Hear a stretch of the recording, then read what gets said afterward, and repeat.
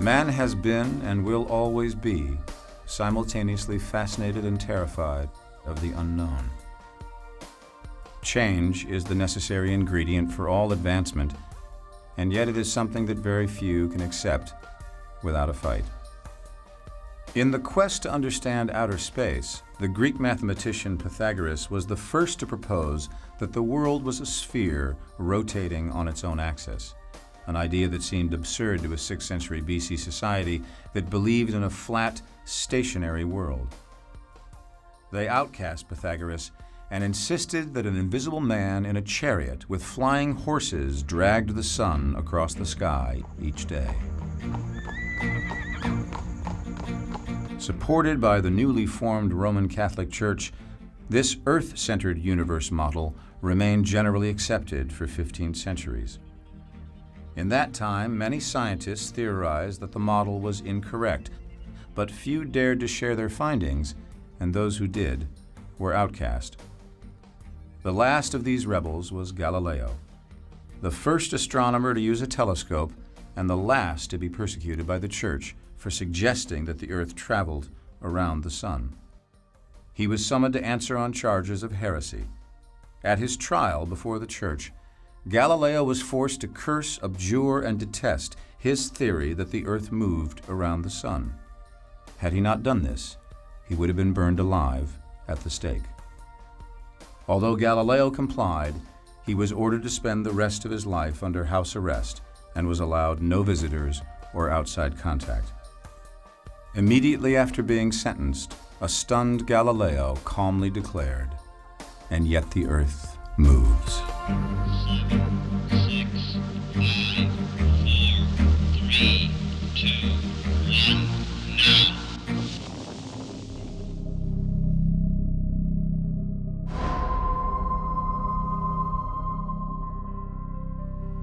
Today, all of our infrastructure is run by computers.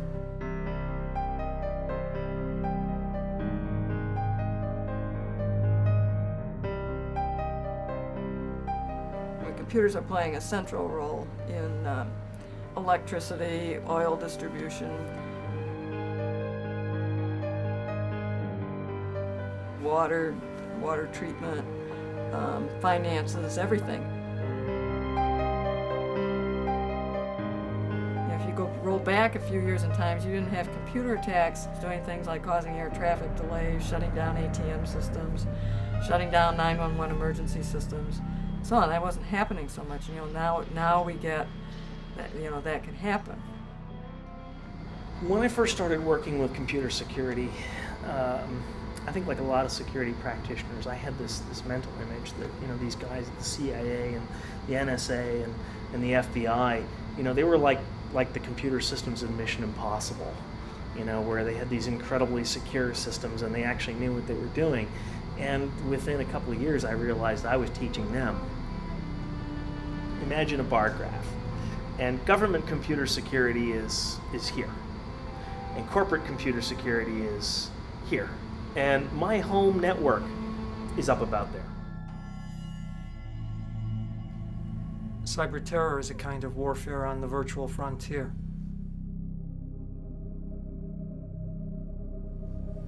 Sometimes, though, it can leap outside of the virtual realm into the physical world, such as when, for example, automated controls on power systems are attacked, and then they cause power outages, or they cause dams to burst, or pipelines to cease their flows, and this is the realm of the cyber terrorist.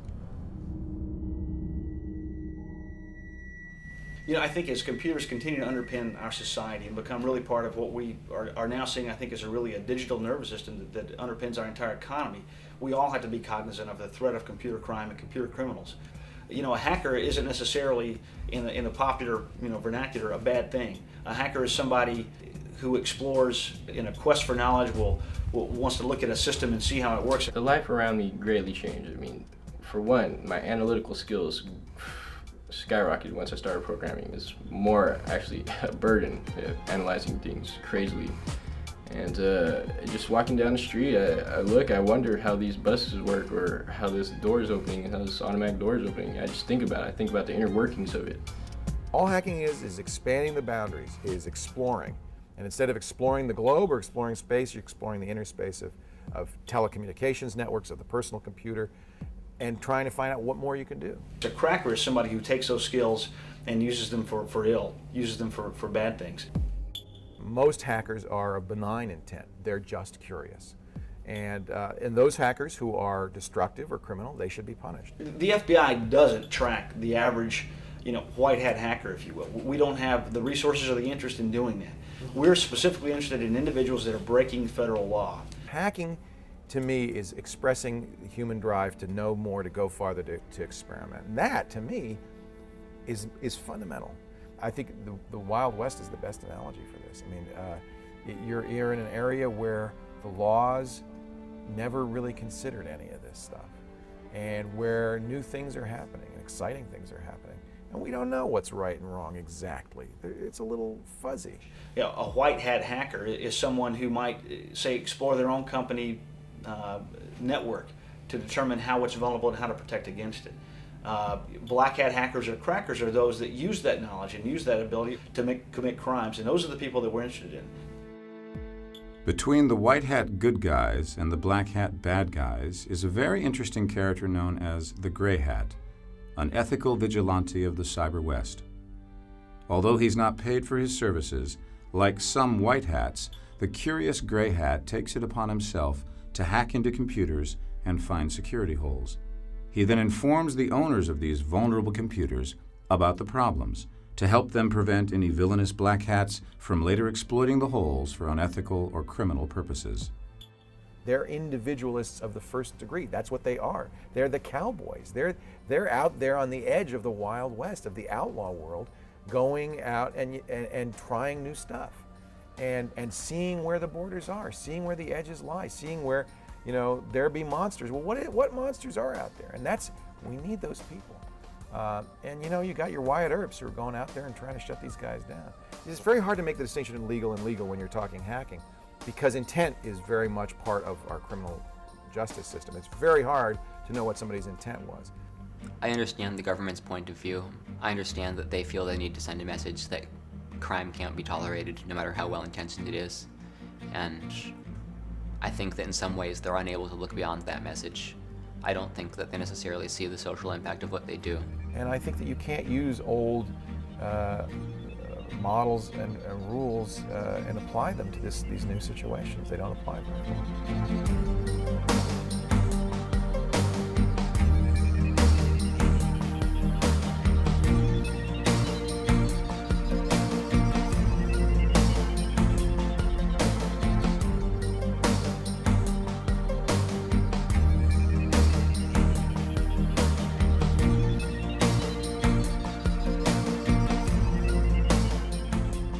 As convoluted as its modern-day usage, the dictionary definition of the word hack is either the act of cutting through something with quick, unskilled blows, or the ability to find a way to manage a given challenge, such as, can you hack it or not? How this word transformed into what we know today as the hacker was not through the computer, but through the model train. In 1946, the Tech Model Railroad Club was formed at MIT. Comprised of engineering students and model train enthusiasts of all ages, the purpose of the club was to challenge and modify the functional design of model trains in order to hack a better train. They defined a hacker as one who applies ingenuity to create a clever result called a hack. Still in existence today, the Tech Model Railroad Club remains proud that it originated the word hacker and disapproves using the term to represent illegal acts of computer crimes.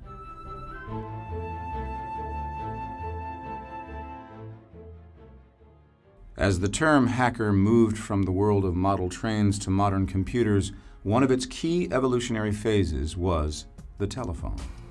Now, in 1969, nobody had a computer at home. Phone phreaking was at that time hacking the phone system. There were no computers to hack, there was only the phone system. I've always been working in electronics, experimenting around with things, trying different things, finding out why things did work and why they work so well and why others don't work so well. And I did mostly through experimentation, just by trial and error. I had not actually been the discoverer of the Captain Crunch whistle. The Captain Crunch whistle was discovered by the blind kids. And it was just by chance they happened to play around with the whistle, and they experimented around with pressing different holes to get the different pitch. Like they try this one, that's not 2600. With a perfect pitch, now that's 2600. The 2600 tone is used to activate and hang up the long distance trunk. I read a newspaper article that it was now possible from certain cities to dial overseas directly without going through an operator. I said, gee, how is that possible? So through a little social engineering. Social engineering is an attack where basically what you're doing is you're fooling someone into giving you access to some place that you don't have any business being. And this is a technique that a lot of people have used, not just hackers. For example, sales guys will use social engineering. For selling is working with people. It's helping them make decisions, good decisions, helping them buy. So through a little social engineering, I was able to get an operator to tell me, oh, you dial key pulse 182 start, and that will get you to the overseas sender. From there, you just do key pulse 044 and the country code and the city code and the number start, and you get connected. Oh, wow. So I took down and mapped out the entire country code of the world. Not only can I call countries, but I can experiment around with these codes. I can find out where these codes go to. And I discovered a lot of codes that were not published.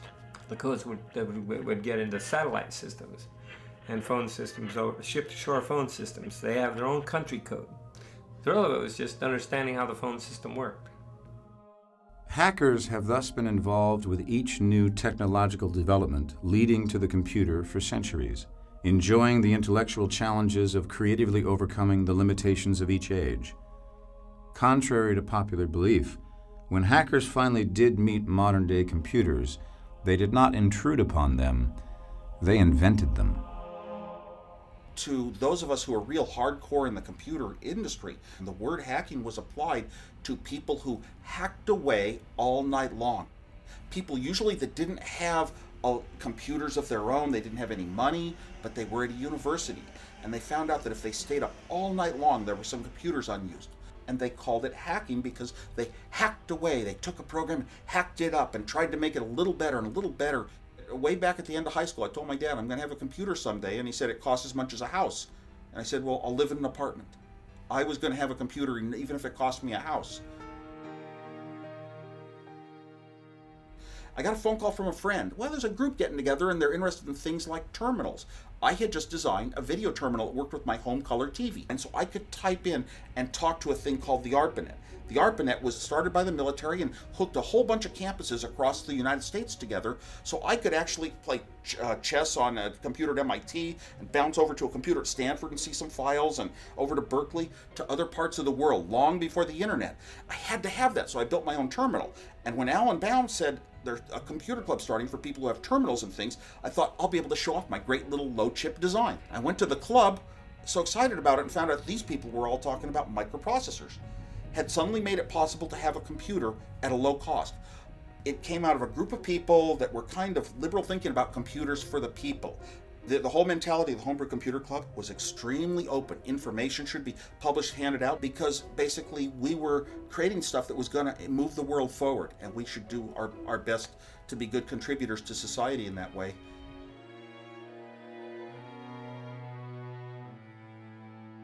And that's really where that word hacker originated. For a long time, technology, computer technology, digital technology was the realm of the hacker alone. People who were really into it, that was theirs. Big business laughed at it. IBM said there'll never be a market for more than 20 computers in the world. There's no market for that. So personal computing was really created by hackers for hackers, and that's what, we played with this stuff. Then business, industry, government started to say, oh, wait a minute. Oh, there's some money to be made here, and they started to take it over. First by commercializing the internet. Over the last decade, commercialization of the internet has exploded into a multi-billion-dollar industry, prompting governments to argue that they must control the internet to ensure the economy's safety. An international organization named ICANN was thus created by the United States government in 1998. Based in Marina del Rey, California, ICANN controls the 13 computers which manage the domain names of the world. Whomever controls these 13 computers controls the World Wide Web. The rest of the world opposed this United States-dominated control of ICANN, and so it was agreed that the UN would create an international body in 2006 to run ICANN and ensure equal internet availability to all countries. When the time came to relinquish its power, however, the United States Department of Commerce instead declared that the United States would keep control of ICANN indefinitely. The United States has since made controversial use of this self-declared monopoly on the internet, such as taking over the country codes for Iraq and Kazakhstan without requiring consent from either country, and by asking popular search engines to hand over private user information and internet activity patterns. The internet is quickly becoming less of a public information sharing network and more a corporate tool for profit and a government tool for control. I think hacking skills are going to become critical to liberty in this country, because as government and industry starts to realize they can use technology to shut people down, to reduce our liberties, the only freedom fighters out there will be hackers. The next war is not going to be fought with bullets and guns and bombs. It's going to be fought with code. It's going to be fought with technology, with computers. That's how the war is going to be fought. And if you want to preserve liberties in this country, I don't think it has anything to do with the Second Amendment, the right to bear arms. It's the right to bear computers. And over time, the term hacking sort of nowadays has a meaning of I'm hacking my way in, I'm chopping my way into somebody else's computer. And the newspapers and the media have tried to make hacking to be a word that means, oh my gosh, it's something bad, it's a threat, it's one of these invisible threats that you don't know about. There's a lot of just built in like a kind of church. Here's the dogma, and that's what we have in our society today, even in just government and people. Hackers are bad. It's just one of those church realms, it's like hackers are Satan.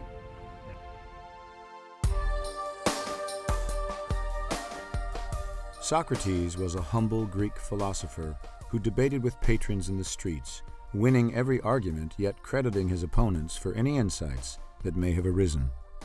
He chose not to teach for money, as did the many professional sophists of the time, and yet he was considered by the masses to be the most wise of all men. The Athenian powers, however, paranoid over Athens' inevitable defeat by the attacking Spartans, concluded that intellectuals like Socrates were weakening Athenian society by undermining its traditional views and values. Socrates was arrested on charges of refusing to recognize the official gods of the state, introducing new gods, and corrupting the young. At his trial, Socrates insisted that he did not know enough to teach anybody anything, claiming, "I am very conscious that I am not wise at all." He was sentenced to death by drinking a cup of poisonous herb called hemlock, which produces a slow death by gradually paralyzing the central nervous system. Socrates would be his own executioner. The philosopher was taken to the nearby jail, where his sentence would be carried out in the comfort of his friends and disciples. When he drank the cup of hemlock, his friends could not help but weep. He consoled them. To fear death, my friends, is only to think ourselves wise without being wise, for it is to think that we know what we do not know. Society is always going to have trouble with people who want to push the envelope. Societies are designed around conformity. What hacking is saying, I'm going to do it different. I'm going to see what else I can do. I'm going to see where else I can go. Society is never going to like that. Society will always make laws against that. And that's appropriate for society to do, but I would submit it's very important for society to have people who are willing to push the envelope. Otherwise, society doesn't grow. So hackers are a very, very important part of technology. Without it, you have no innovation, you have no growth, you have stagnation. And yet, they pose a threat because they are breaking the rules. They are going too far. That's their job. You got to have them. Over my lifetime, the last 50 years, we have stomped out so many things that are seeds of creativity in this country. A lot of teachers will just tell you we don't really have school systems that encourage the children to think of a problem and what could a solution be. No, just to identify the solution you were taught in this chapter and use that one. So we don't teach thinking as much as we teach, rigorous rote. And intelligence is not defined as somebody having a brain that can think and consider all the possibilities and come up with the best solution. Oh, no. Intelligence is saying the exact same things as everyone else. You read the same newspaper articles, you watch the same news shows, you read the same books, and now you can say exactly the same things about how the world works, so you all know you're a group. It's almost like a religion, and we're all the same, and we're intelligent because I say it and you say it, and you're intelligent, so I'm intelligent. And we never really have a real good way of measuring, are you really thinking and putting it together and coming up with your own solutions? No, we don't define that as intelligent. We often define it as dumb.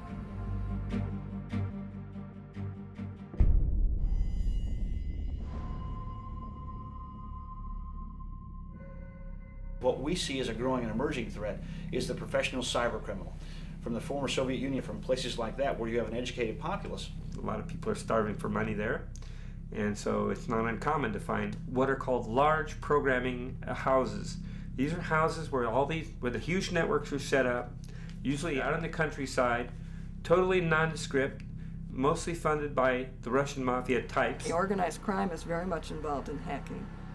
There's a vast conspiracy among financial institutions and government to hide the degree and amount of hacking that's going on. FBI, Secret Service don't want you to know how often they're being hacked. It would rock people's confidence. And now you're looking at organizations that what used to be a department that had human beings that could actually do the job, and you've replaced it with a department that consists of a bunch of human beings who know how to click on a web page on a server someplace and fill out a form. And any place where you're in an economic situation where you are completely de-skilled about the problem you're trying to solve, you're basically a born victim. We heard about the situation in New York on 9/11 where the ambulances couldn't talk to the police, who couldn't talk to the fire department, who couldn't talk to the FBI because they were all using different radio systems that couldn't interoperate. And this is a massive problem, and it's pervasive across all of federal computing. The GAO, I guess, issues these reports that rate the security of government systems. The grades that they assign to the government have often been, D's and F's. One of the greater concerns of those interested in stemming the tide of cyber terror is protecting our power grids. The nation's economy, its defense, its transportation systems all run entirely dependent on smooth flows of power.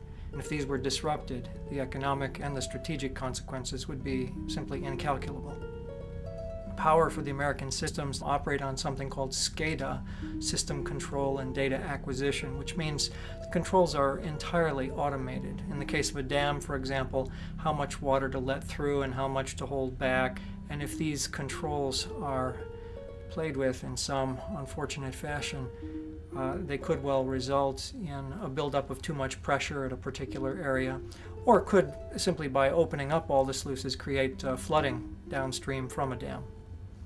A lot of gas pipelines run on these SCADA systems, and simple things like regulation of temperatures could cause coagulation within pipelines, or automated scrubbers working inside the pipelines to clean them could be used instead to block the pipelines, causing some kind of rupture. But you have to remember now that over 90% of all military communications go over civilian systems. In the military, for example, we have two extremely highly automated systems. It marries up equipment and troops being moved halfway around the world in a synchronized way. If either of those systems were intruded upon by hackers and disrupted, the delays that could be caused in the physical world could run in weeks to up to a month. In a place like the Korean Peninsula, Seoul is already an artillery range from the north, and so slowing down reinforcements coming to the peninsula, that would make a very big difference. The interesting case is the case that took place in Australia a few years ago. Somebody had hacked the sewage treatment system, and they were able to actually cause raw sewage overflows. And so it caused some environmental damage, and some marine life were killed.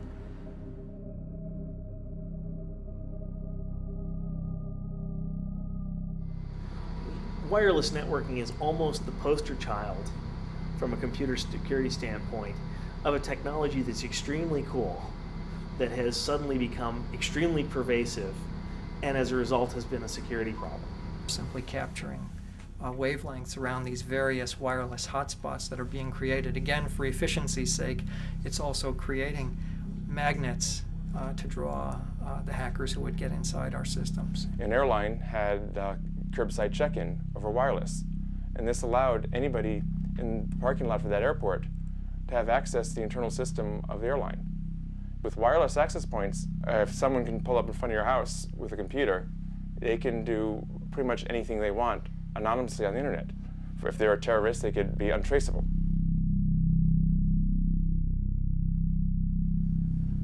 Terrorist groups are beginning to look at the possibilities of cyber terror, but they have to make a decision about whether to develop their own cyber terror capabilities or to recruit others from the outside. Some of the people affiliated with the Madrid train bombings, they had actually freaked the telephone system in order to make free phone calls prior to the bombings. Most of the hardcore terrorist groups out there, certainly the ones that I monitor, have no interest at all in hiring outside hackers because of the security risks that they entail. It was paid a lot of attention to when it was discovered that the Aum Shinrikyo cult, the group that had used sarin gas in the Tokyo subway, was in the software development business, and that they were developing software for Japanese business firms and including the Japanese government, and that they could put backdoors into that software and then exploit those. So they're trying to develop their own cyber terrorists from within their ranks, someone who's already a radical they want to turn into a hacker. There are about 5 or 6 different cyber wars going on around the world today.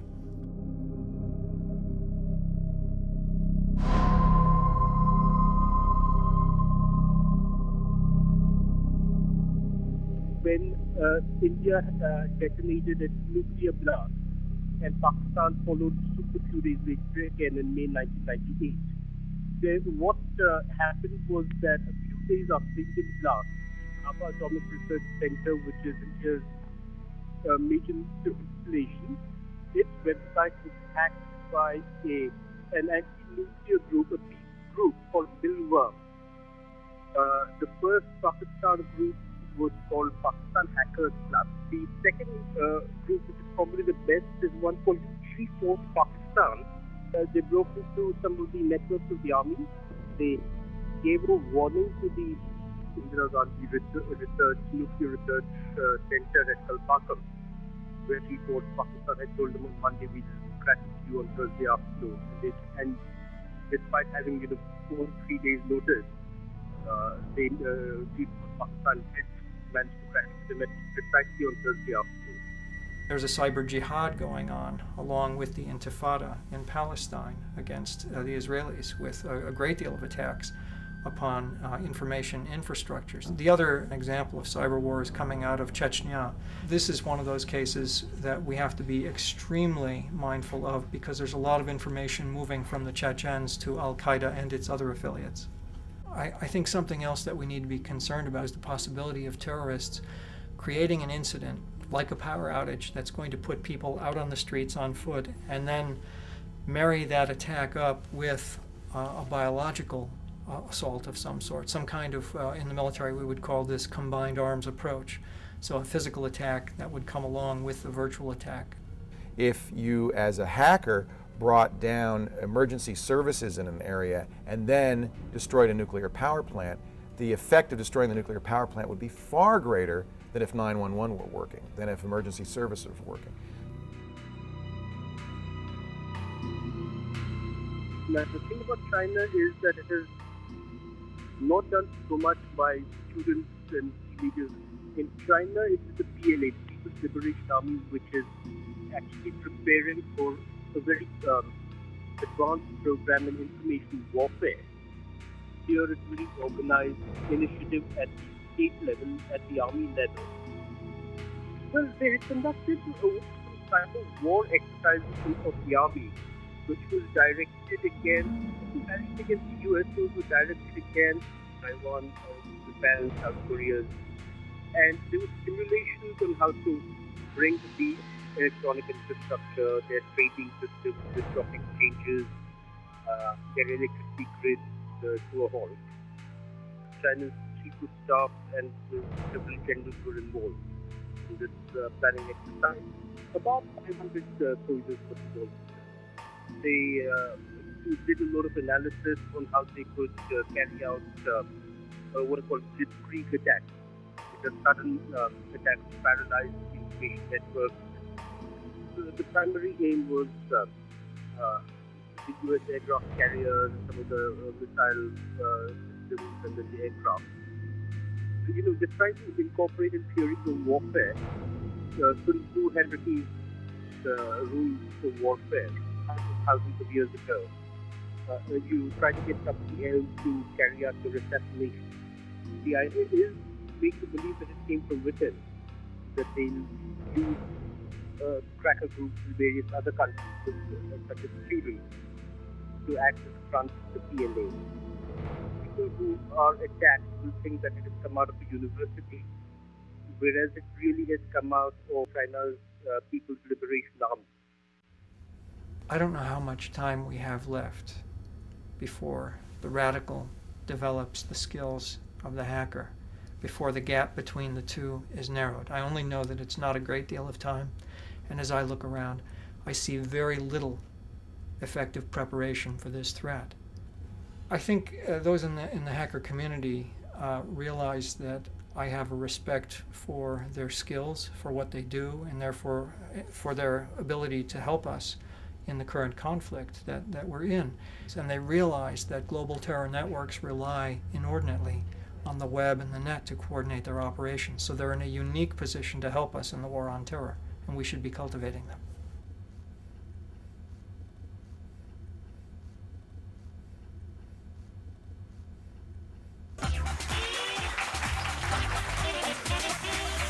You know him as a guy who hacked Yahoo, AOL, Time Warner, MCI, WorldCom, Microsoft, and very famously the New York Times, and that's just a few of his hacks. Adrian Lama, one of the most celebrated hackers in the world today. Do you define yourself as a hacker? Do you consider yourself a hacker? It's not a term that I try to sell myself as. People use hacker to mean a lot of different things, and I really just do what I do. It's not limited to computers, so I really don't know if it's hacking. I think Adrian is a really example of a guy with very strongly held beliefs. His ethical scheme may not match society's or other people's, but he believes in it, and he's living up to his own ethical precepts. And you gotta admire a guy like that. He's almost a savant when it comes to cracking. Any company that you hear is common brand name pretty much had a router with WorldCom, had network connectivity with WorldCom, was managed by WorldCom. They were considered to be highly secure. They managed traffic for individual bank branches, potentially even for ATM devices. WorldCom used their employee social security numbers as identifiers, sort of pretty much as employee numbers. The passwords also weren't hard. Some of them had random alphanumeric passwords, but some of the companies that you do business with every day had passwords that were simple dictionary words, names of animals. Here you have companies that on one hand have paid millions of dollars for this network infrastructure, and they can't even be bothered to think of a good password. By combining these dial-up numbers and the logins, anyone at all with this information could have connected to each and every router that handled the data for Bank of America, Ford, Chrysler, NASA. There were very detailed routing paths, like I could see how the Goddard Space Center talked to NASA headquarters. Really, in just the course of a few hours, anybody could have gone through and turned them all off. Network connectivity for a huge chunk of corporate America and for the government would have just gone away. Anybody thinking about it should be scared by the possibility of just how vulnerable it was to anybody that could have used that information. You didn't need to be a programmer. You didn't have to be a technical wizard. You could have done it from a payphone. Nobody would have ever known who was responsible for it. And he would find the flaws and notify the companies that had the flaws in line with a lot of other hackers. They have this journal, 2600. They all promote, we've got to be ethical hackers. You're going to be on our bad side if you go out and abuse this the wrong way, which means being destructive, or if you're going to use it for your own personal gain to make profits and all that.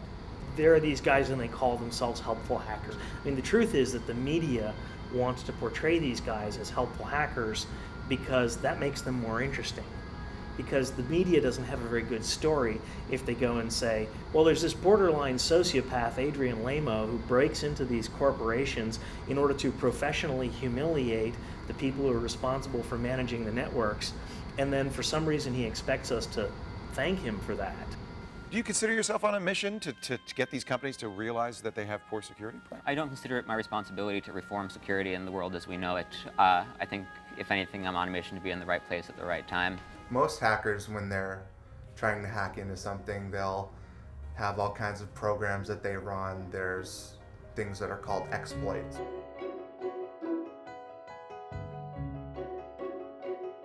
Adrian just goes to a web page and starts clicking around a little bit, and all of a sudden he's at some sensitive company information. I mean, just the fact that he uses a web browser, just from Kinko's. I've never seen him use anything other than just a web browser. Adrian never damaged any company that he had any dealings with. I mean, he never asked for money, never asked for anything. The companies that he helps is just a consequence of what he does. He doesn't wake up in the morning, say, I'm going to hack so-and-so, or I'm going to help so-and-so. He just finds himself someplace looking at some information and thinks, you know, these people might want to close this down so other people don't follow my path in here. If I can get in here, other people can too. He's a good example of a guy who lived on the fringes of society and didn't want to be part of mainstream society. He didn't want to hold down a job. He didn't want to go to college. He wanted to explore. We call you the homeless hacker because you don't have a residence that you live in all the time. You move around from friend's house to house. Is that how you do it? Or? I sort of have a long-term tendency to move around. I've been a little bit more stable lately, but I wouldn't say I'm slowing down. I had an apartment in San Francisco for about 6 months or so, and I was working consistently at the time. I had the opportunity to save up money. I realized Greyhound was cheaper, and it let me see more of the world. And I just started going places, probably from when I was 18 or 19 up until 22, for 3 or 4 years. I would decide that I wanted to visit some place, and since I had my entire life on my back, I would just wander out and find myself never coming back and moving on to a new city. It spoke to what must have been the sense of wonderment that the people that sighted new land for the first time must have felt. I do it because it's what I do and what comes naturally to me. Yeah. In any environment that I'm in, I notice things and I follow up on them. I often meet people that have lived places their whole lives and find them terribly boring because they were raised there and only know one way of seeing it as this place that they're stuck and they want to get out of. And they're often amazed just by my sense of wonderment at many of the places around them, of my ability to just walk around and find so much uniqueness about it that they've lived with every day and never really noticed before. I had very low expenses. For a lot of the time, I could usually live on less than $50 a week, $100 a week if I had to. And frequently I would end up somewhere where I knew nobody and had nowhere to go. You know, there have been times that I've slept in abandoned buildings, and that is just as important to me because of the sense of improbability, of the sense of newness, of uniqueness, as any network compromise, because again, it's another layer of things that you don't usually see. I try to find locations that don't show signs of traffic and that are likely not to have anybody coming around, at least during the evening. Sometimes I've used construction sites that were active during the day, but at night were relatively secure as long as I got out before normal business hours. This gives me an idea of when the last time that this might have been used was. Even the container of beef broth mix is a little bit retro, and it's not that old, but the font is off. You don't see this in advertising anymore. Not unless somebody's trying to be deliberately retro, and they generally only do that on outside packaging. I think for me at least, one of the prime ways of determining the age of the place that I'm in is the various brands that I find scattered around, the fonts they use and the advertising they use, because that's one of the most distinctive marks of progression of time around civilization these days. Insofar as I'm concerned, the most attractive aspect of this particular location is that it has two places where one could rest, the chair and the couch. Although the couch would be more comfortable, I would opt for the chair because it doesn't have a line of sight to the door.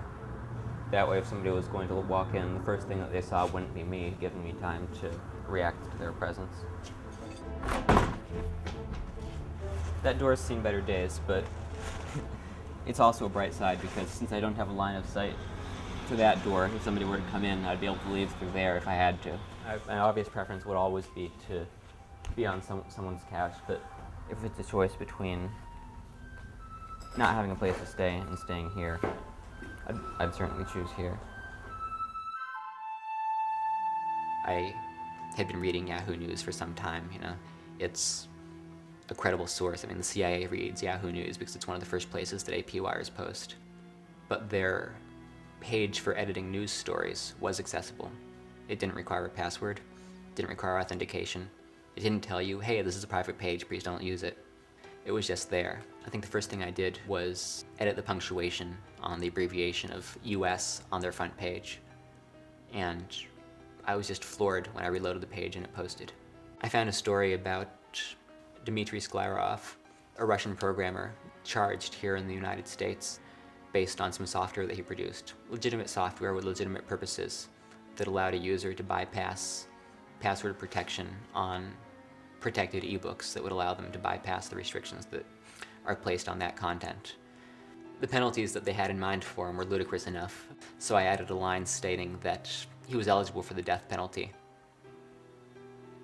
and added an additional one. Whomsoever told them that the truth shall set them free was obviously and grossly unfamiliar with federal law. The NSA is the entity that's tasked with monitoring electronic communications throughout the world. I figured somebody would have to notice this.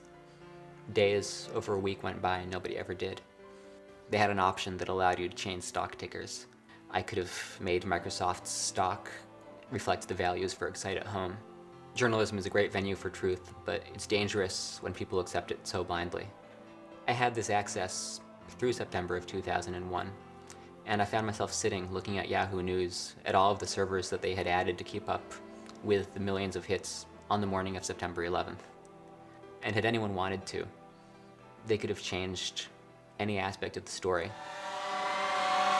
Shit! Look how across the sky. Oh my God. After September 11th, I had a change of heart. You know, it's all about money and all that, but I started looking at things a lot of things differently, and our security being one of them. And I knew that I had a certain skill that I could apply to help secure the government's critical infrastructure. And it's a general understanding within the underground hacker community that emails and any type of communication to government officials or military most of the time don't listen to our warnings. I first tried to inform the government years back. I was 15, 16, 17, and then finally 18, 19. I don't see anything happening. I'm gonna have to take the next step. And basically a deceptive duo was created in order to publicly expose the vulnerabilities in our critical information infrastructure.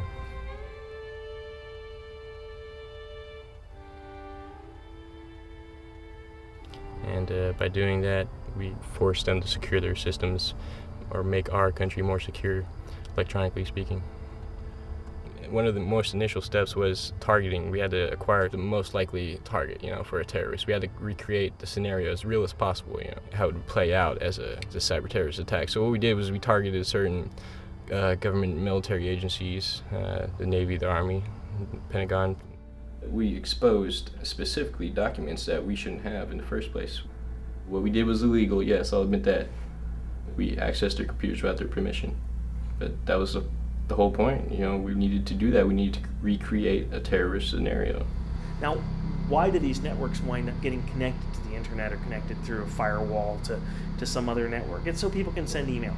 You go to the systems administrators and you say, which systems can you never afford to have go down? And they'll say, the mainframe. Okay, so the mainframe must be segregated. And then everybody goes, well, they all need to get to the mainframe from their desktops. Okay, then you're saying that the security perimeter around that mainframe has to encompass these desktops, right? Yeah, sure, okay. Well, then those desktops should not be connected to the internet. Well, how people read their email? Well, the simple answer there is you have to make an intelligent and rational decision. Is it more important that people be able to read their email, or is it more important that that system be inviolable and tamper-proof? And if the answer is that that system really has to be kept safe, it's the control system for a nuclear reactor, it's the stock exchange, it's whatever, the answer is build 2 networks. We would hack into some agencies and they'd know about it, obviously, because we defaced their homepage. They would fix their homepage, they'd put their original content back up, and yet the hole is still open, the vulnerability is still there. They failed to patch it because we performed follow-up tests to ensure efficiency. We got tons of emails from supporters saying that, you know, they believed in what we were doing. We weren't looking to be called patriots. We weren't looking to be recognized as something like that. You know, we just wanted to do what we did. Yes, people would call us patriots, but, you know, refer to us as just hackers. That's it. You know, just people.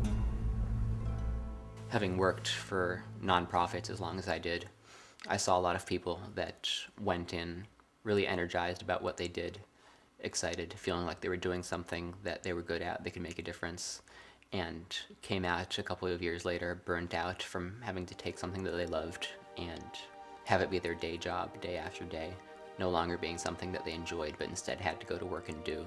Really, no compensation would be worth that for me. In 1962, Desmond Morris published his book, The Biology of Art, which details his experiments teaching chimpanzees to paint. The chimps enjoyed painting immensely and eagerly created works of energetic colors and strokes.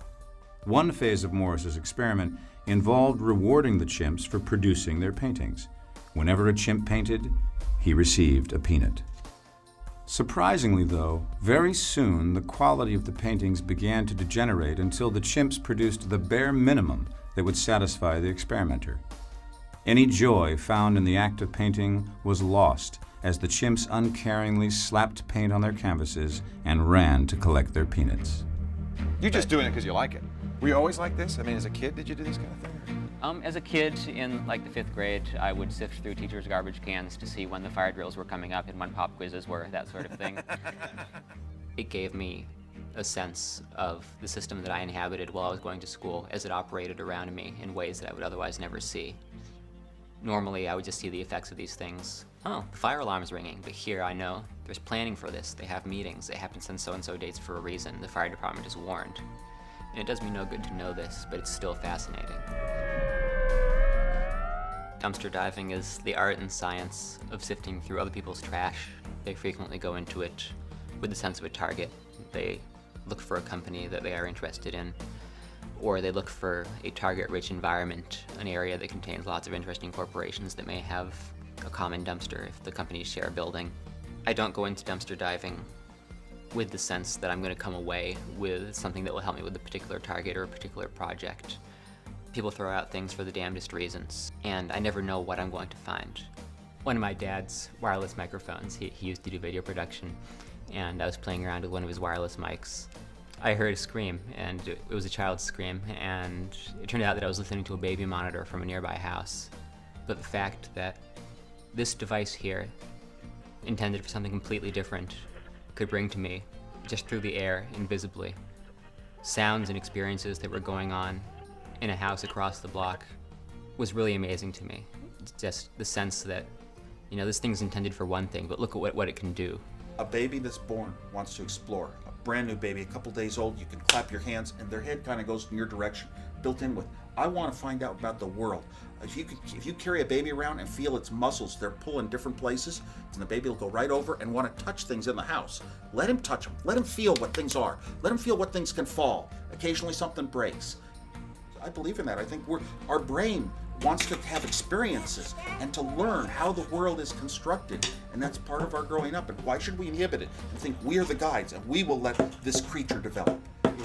No, let much more of it come out. On the surface, it looks just like a sheer rock face, but as you walk towards it, it becomes apparent that there's a small hole in the ground, and somebody prior to us had spray painted a red arrow on the wall above it, pointing down. And while in the area, I saw so many people walk by it, glance at the arrow, and just sort of shrug. And I like to think that it's there for the people who would look at the arrow and wonder what it's pointing at, who would take the time out of their day to step forward and have a closer look. You know, I've ended up in some pretty awkward places. I've done my share of crawling through mud, but the entrance to the mines was probably the most enclosed space that I've ever had to navigate. on the way in, you have to make your mind up ahead of time whether you want your arms above your waist or below it, because once you're crawling, you're not going to be able to change. There's not enough room. It's easy to be paranoid because many of the upper levels are flooded, and you have this sense of countless thousands, millions of gallons of water all sitting above you, knowing that the slightest thing could bring it all down. It continues underground, where the most impressive fixture that I got to was the underground lake. The lake is perfectly still, not even a ripple. It's not silent, there's constant dripping or rushing water depending on where you are. But if your light goes out, it's total darkness, and everyone's been in the dark, but it's sort of hard to appreciate the sense of total darkness, of having your eyes wide open and not being able to see a damn thing. Yeah, can you put it back on? And now can you take it off? I didn't go out with the intention of compromising the New York Times. I was initially looking at something else and somehow got sidetracked to the New York Times. They had a lot of information that was accessible to anybody that cared to browse around. For their internal system, the password by default was the last 4 digits of the Social Security number, and nobody ever changed it. People feel like Social Security numbers are these, private, secret things that nobody ever knows about, but anybody that wants one can get one for really, once they sign up for any of the services that give them, just a couple of pennies. Mine's 042746804. Anybody could get it. It's not a big deal. From there, I had a list of every password of the New York Times. The culture in the late 1990s for anyone who was involved in stuff to do with the web was, here's this wonderful medium by which we can publish anything we want to. So what we're going to do is we're going to take our hard disk and we're going to publish it. Because we're dealing with high tech, you get the freedom of information advocates who go, it's good, this information must be published. But to the guy in the field whose cover identity got blown, this could mean a bullet in the back of your neck. This is serious stuff, and there are lives at stake. And because we Americans treat high tech as a toy, we don't take this stuff anywhere near seriously enough. We just treat it like it's something that we can change after we've made a profound mistake. I think that it's a really good illustration of competing mindsets where people believe that legislation somehow makes things secure. Legislation is fiction. It's up to people to believe in it before it will be effective. As a news organization, they should have known that Social Security numbers are not private. Nothing that's even remotely personally identifiable should be used as a login or as authentication or anything like that ever. I gained access to their subscriber database, their addresses, their billing information, former presidents, actors, other politicians, people that are actually relevant if you believe in the whole international stage thing. Don't you worry about that, though? Somebody's going to come along and put you in handcuffs? I recognize that there was the possibility of consequences, but really, I don't think that it's one of those things where consequences can be a deterrent, because it's my nature, it's what comes naturally to me, and I think it's what comes naturally to a lot of people. Yeah. And I just figured that while I'm doing it, I should do it in a way that sets precedent so that anyone who ends up doing something similar to what I do might be in a situation where they can contact a company and the company can say, this sort of thing's happened before, and maybe we don't have to put him in jail and things will be okay anyways. It's an impulse, and it's something that I really don't think that I could stop doing if I tried. Even in a prison cell, I would find ways to find discrepancies and anomalies in the system, whatever it is that the system may be there.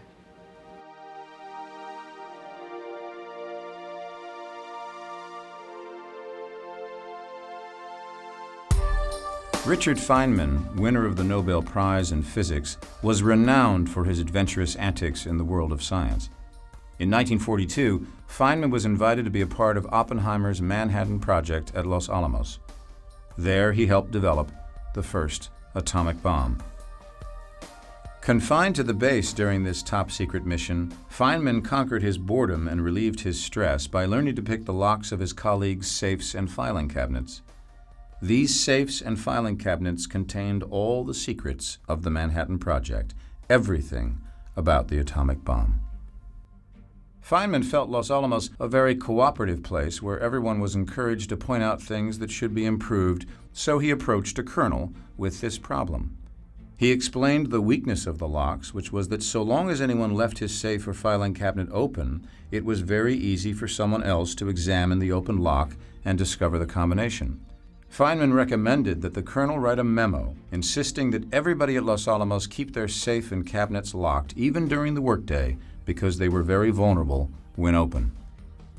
The colonel posted a memo, But to Feynman's surprise, instead of warning the staff to keep their safes locked during the day, he instructed them to change the combination on their safes because Feynman could hack into them, and thus he himself was the danger.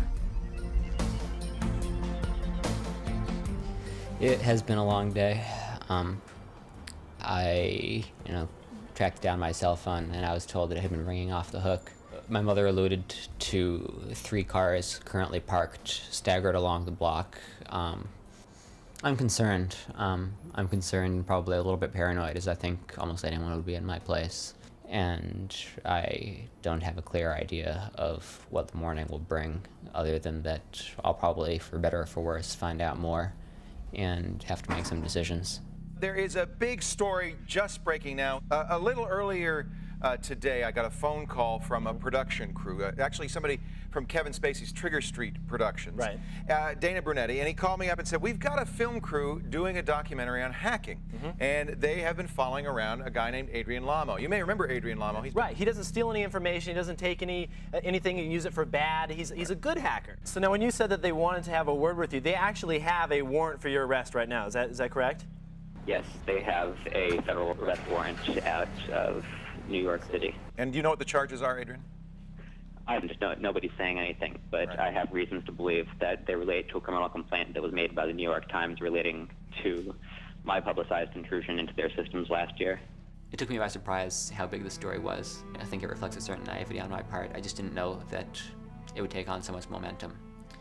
I think I misjudged the public mind in that respect, because to me, the access at WorldCom, being able to essentially shut down the infrastructure for some of the most powerful companies in the world, that was important. The phone number for, Rush Limbaugh, that's not so much. What are you going to do with that? But again, people are obsessed with celebrity, so that's what got play. freelamo.org has a link on their page.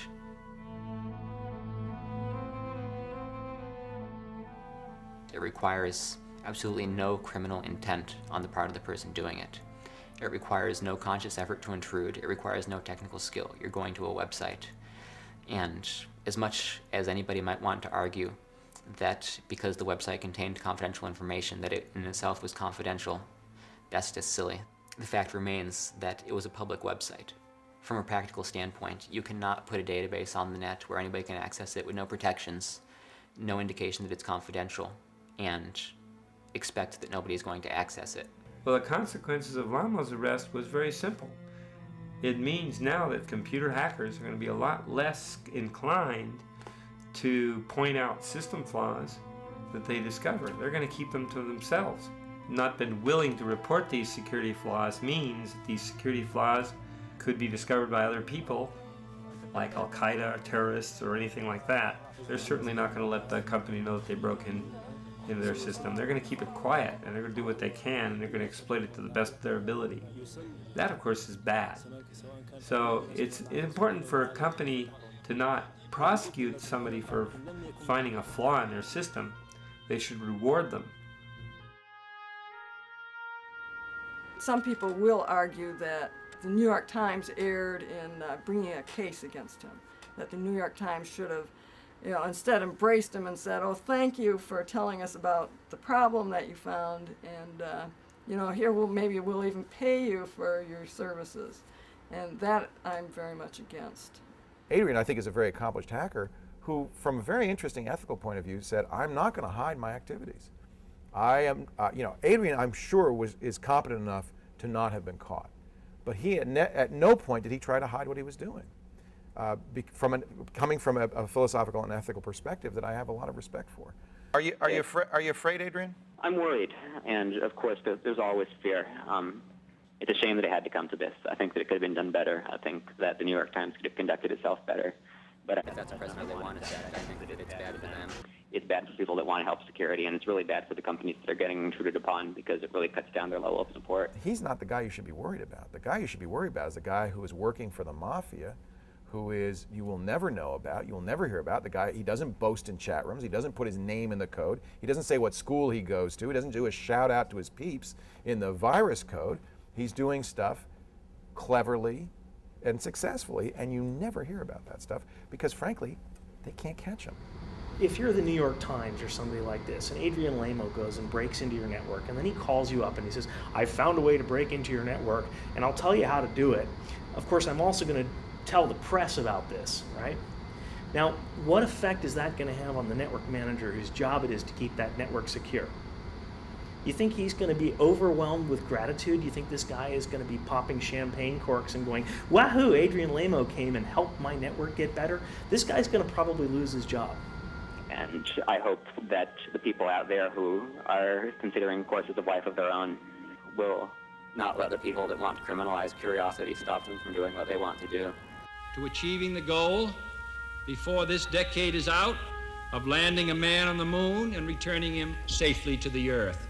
In my view, hackers today are the latter-day equivalents of German rocket scientists at the end of World War II.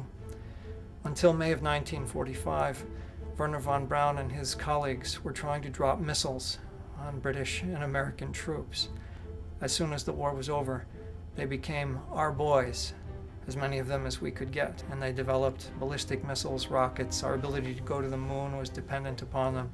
They were treated as heroes. When I was growing up in the 1950s, Wernher von Braun was my great hero, and I really didn't pay attention to what he was doing when he was fighting against us. Well, today we have to look at these hackers and see that even though they do some malicious things, they have a knowledge that's extremely important to our security, to our safety, and to our ability to confront terror.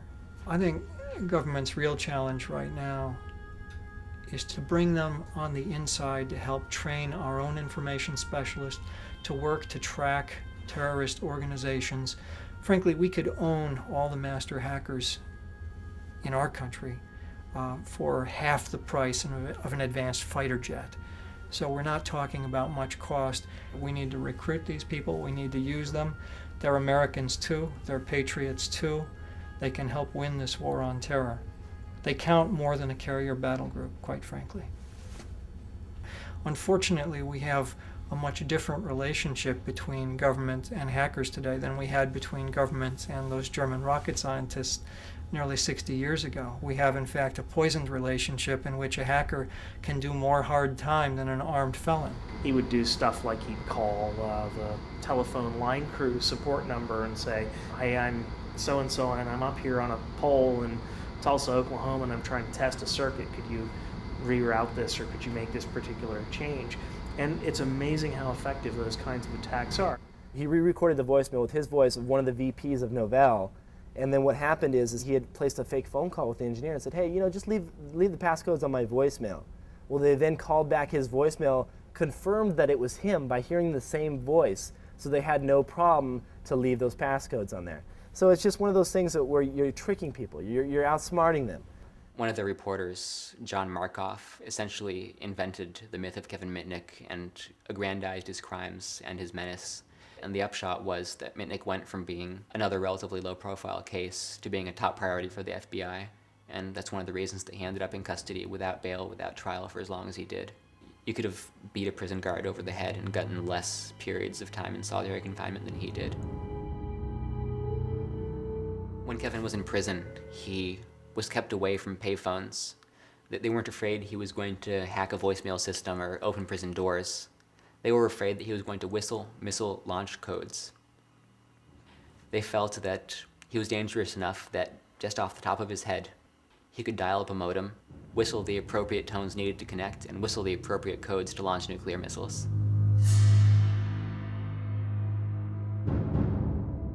In many ways, his civil rights were violated by a court system and a legal system that just didn't know what to do with him. They were terrified of him. They were afraid of letting him go because they were afraid. They didn't know what he could do. What they did to him was criminal, and I think even they would admit now that they went too far. We're in a certain time right now where things aren't completely ironed out when it comes to laws and the internet. I see government officials, a lot of them, just being completely against hackers because they're misinformed or they don't have enough information. And hackers, I think they're more open to developing relationships with the government. Well, I knew it was going to happen. They have to do it. It's their job, I first thought I was going to be raided because we set up covert communications between each other, me and Ben Stark, another member of the Deceptive Duo. We were supposed to check in with each other every day, no matter what, to make sure that we didn't get raided, because we knew we were going to get raided, we just didn't know exactly when. So finally a weekend came up and he didn't come online, and from there I took suspicion and stayed up all night because I knew they were going to come, didn't want to be rudely awakened. Sat in front of my computer, waited till they knocked on the door as I suspected, and they did. They banged on it. My sister let them in. I lived with my mom at the time, and she didn't know what was going on, and at first she was pissed because she didn't really understand what was going on. She didn't know the whole story. Finally she read around and she began to realize that, yeah, I did have some real intentions, some true motives. I think she has some sort of serenity within her, knowing that I'm fighting the good fight. Once the trial comes about, I think we're going to make some very good points, and hopefully some things will change. I think people realize that, you know, these guys are offering something good to the community. I definitely feel the group was successful because I feel that I accomplished the goal I set out to do, which was to secure our nation's critical infrastructure as much as I could in the position I was in. I would love to help, you know, I would love to continue to help, but the situation does not permit me to.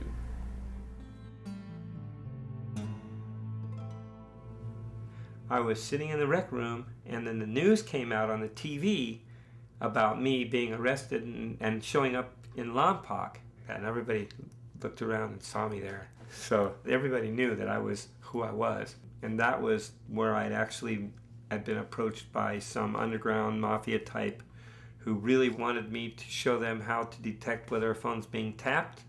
I gave them bogus information because I thought he was a plant by the police. What I did not know was the fact that he had actually gone out there and verified that the information I was giving him was true or not. And then they came back and they beat the holy crap out of me. I mean, really, I was really screwed up, really bad. I mean, it ruptured a disc in my lower back. It made it so I couldn't walk for weeks at a time. And I never was the same physically ever again at that point. And if I let the guards know that I got beat up, then my life in prison would be as a snitch. And you don't want to have a snitch jacket when you're in jail, especially when you're in jail with a bunch of mafia types. You'll wind up stabbed the next day. In terms of the message that this sends, I believe that they're well-intentioned in wanting to prevent crime and wanting to prevent damage. But in the way that they're going about it, I believe that ultimately it's not going to achieve the goals that they think it will. It certainly strikes a blow against openness. It strikes a blow against people's ability to stumble across something and report it in good faith. I'm not a saint, and what I did was illegal no matter how well-intentioned I did it, but the fact that what they're essentially saying is that it doesn't matter if you come clean, it doesn't matter if you don't profit, it doesn't matter if you do no damage, it doesn't matter if you cooperate, it doesn't matter if you discourage others from doing harm, we're still going to come after you. What does that leave people with?